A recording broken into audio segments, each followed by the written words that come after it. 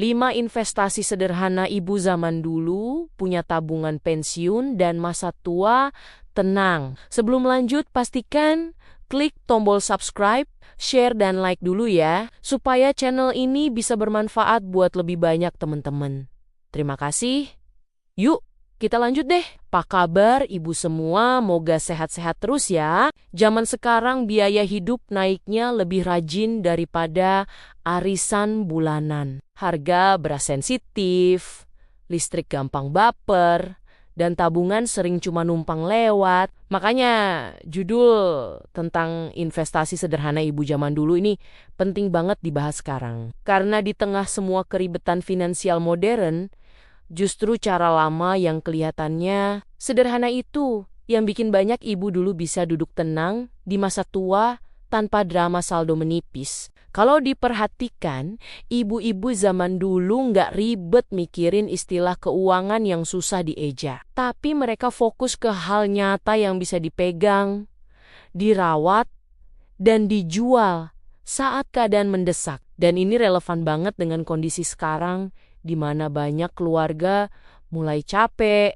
dengan gaya hidup cepat, tapi rapuh. Bahkan koran nasional sempat menulis bahwa aset real seperti emas dan tanah masih jadi penyelamat rumah tangga di tengah ketidakpastian ekonomi. Jadi pembahasan ini bukan nostalgia sambil senyum-senyum, tapi tamparan halus buat kita semua, terutama para ibu, bahwa ketenangan masa tua itu bukan soal gaya hidup mahal, tapi soal keputusan kecil yang konsisten.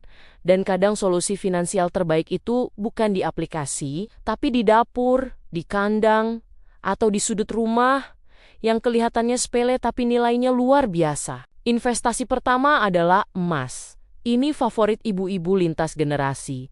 Dari yang tinggal di desa sampai yang hidup di kota. Emas itu kayak teman setia, nggak banyak omong, tapi selalu ada pas dibutuhkan. Ibu-ibu dulu beli emas bukan nunggu kaya, tapi nunggu ada sisa belanja, kadang cuma seberat kuku. Kadang hasil ngumpulin receh belanja yang disisihin diam-diam, emas disimpan rapi di kain, di lemari, bahkan kadang diselipkan di tempat yang cuma ibu yang tahu. Lucunya kita sebagai anak taunya cuma emas itu buat kondangan. Padahal aslinya itu dana darurat keluarga pas anak masuk sekolah, pas suami sakit, atau pas dapur tiba-tiba minta renovasi kecil. Emas tinggal dijual tanpa ribet proposal atau aplikasi. Ibu-ibu dulu paham betul kalau uang itu gampang bocor, tapi emas lebih susah tergoda. Mau belanja diskon juga nggak mungkin tiba-tiba emas berubah jadi minyak goreng. Makanya emas jadi alat menahan diri paling ampuh. Bahkan ada ibu yang bilang, kalau uang dipegang tangan rasanya panas. Tapi kalau emas dipegang rasanya adem. Dan secara logika juga masuk akal. Harga emas pelan-pelan naik, jarang bikin jantung copot seperti investasi yang naik turun. Kayak mood emak pas listrik mati. Investasi kedua adalah ternak seperti sapi atau kambing. Ini investasi yang butuh kesabaran tingkat tinggi. Karena bukan cuma nabung, tapi juga ngurus. Ibu-ibu di desa sering bilang, nabung di kandang lebih aman daripada nabung di dompet. Tiap pagi kasih makan, bersihin kandang, sambil ngomel dikit karena sapinya bandel. Tapi dalam hati senang karena tahu itu aset hidup. Sapi itu bisa dijual kapan saja, pas anak mau nikah, pas bangun rumah, bahkan pas lebaran butuh biaya besar. Dan yang bikin lucu, kadang sapinya lebih diperhatiin daripada suami, makan tepat waktu, dimandiin, dicek kesehatannya. Ternak itu aset yang tumbuh dari kecil jadi besar. Nilainya ikut naik dan jarang ada ibu yang lupa punya sapi. Beda sama uang yang sering lupa habisnya kemana, ternak juga ngajarin disiplin dan tanggung jawab. Karena kalau malas ngurus, ya nilainya nggak naik. Sama kayak keuangan keluarga. Kalau dibiarin ya bocor halus. Tapi pasti ibu-ibu dulu mungkin nggak kenal istilah aset produktif, tapi praktiknya sudah jalan sejak lama. Investasi ketiga adalah tanah. Walaupun kecil, walaupun lokasinya jauh. Yang penting atas nama sendiri atau keluarga. Ibu-ibu dulu suka banget beli tanah sedikit demi sedikit, kadang hasil jual, hasil kebun, kadang hasil arisan, kadang hasil nabung bertahun-tahun. Tanah itu buat mereka bukan gaya, tapi lebih untuk rasa aman. Karena tanah itu nggak bisa kabur, nggak bisa hilang dimakan diskon, dan nggak bisa rusak karena salah cuci. Beda sama barang elektronik yang kadang baru beli, sudah rusak karena colokannya kebalik. Tanah juga punya nilai emosional. Ibu-ibu sering mikir jauh ke depan, mikir anak cucu, mikir kalau suatu hari sudah nggak kuat kerja, setidaknya ada tanah yang bisa dijual atau diwariskan. Secara logika pun masuk. Jumlah tanah terbatas, tapi manusia terus nambah. Jadi nilainya pelan-pelan naik. Dan ibu-ibu dulu sabar banget, nggak panik kalau belum untung cepat. Karena memang niatnya bukan buat pamer, tapi buat pegangan hidup. Investasi keempat adalah arisan. Ini investasi paling sosial tapi juga paling penuh drama. Arisan itu latihan nabung versi emak-emak. Mau nggak mau setor rutin, mau senyum atau manyun tetap setor. Dan lucunya arisan itu bikin ibu-ibu kreatif. Ada yang dapat arisan langsung beli emas, ada yang beli perabot, ada juga yang pura-pura lupa. Terus duitnya habis buat jajan. Tapi secara sistem, arisan ngajarin disiplin keuangan. Karena ada tanggung jawab sosial yang bikin malu kalau nggak setor. Arisan itu cocok buat ibu-ibu yang susah nabung sendiri. Karena ada tekanan positif dari lingkungan.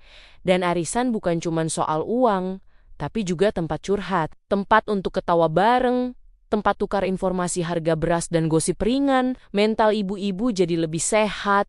Dan keuangan pun ikut kebantu, karena uang nggak habis sekaligus tanpa arah. Investasi kelima adalah barang rumah tangga yang awet dan bernilai. Ibu-ibu dulu lebih pilih beli satu lemari kayu jati daripada beli lemari murah yang setahun sudah miring. Alat masak dipilih yang berat, kuat, dan tahan lama. Bukan yang lucu tapi gampang penyok. Ini bukan soal pelit, tapi soal perhitungan. Karena barang bagus bisa dipakai bertahun-tahun, bahkan bisa dijual lagi kalau terpaksa. Dan yang paling penting, nggak bikin emosi tiap dipakai. Barang berkualitas itu menghemat biaya jangka panjang, nggak bolak-balik beli, nggak bolak-balik emosi, dan ibu-ibu dulu paham betul nilai ini. Walaupun bahasanya sederhana, mereka tahu bahwa rumah tangga itu maraton, bukan lomba belanja cepat. Makanya mereka pilih investasi yang kelihatannya sepele, tapi efeknya panjang dan menenangkan. Kalau semua cerita tadi dirangkum, kelihatannya ibu-ibu zaman dulu itu nggak ribet mikirin istilah keuangan.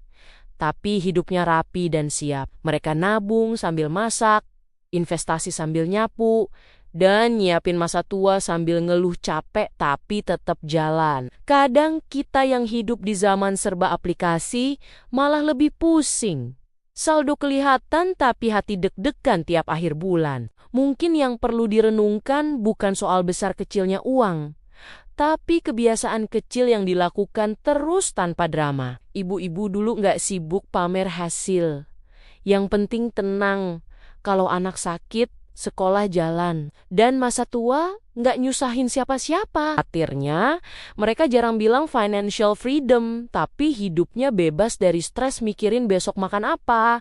Dan disitulah harapannya, selama masih bisa belajar pelan-pelan, masih bisa mulai dari hal sederhana, selalu ada jalan buat hidup lebih tenang. Nggak harus langsung sempurna, yang penting konsisten dan sadar arah. Karena masa tua yang damai itu bukan hadiah instan, tapi hasil dari keputusan kecil yang dikumpulkan dengan sabar dan senyum, walaupun sambil ngomel dikit di dapur. Demikian, terima kasih sudah mendengarkan ceritaku kali ini.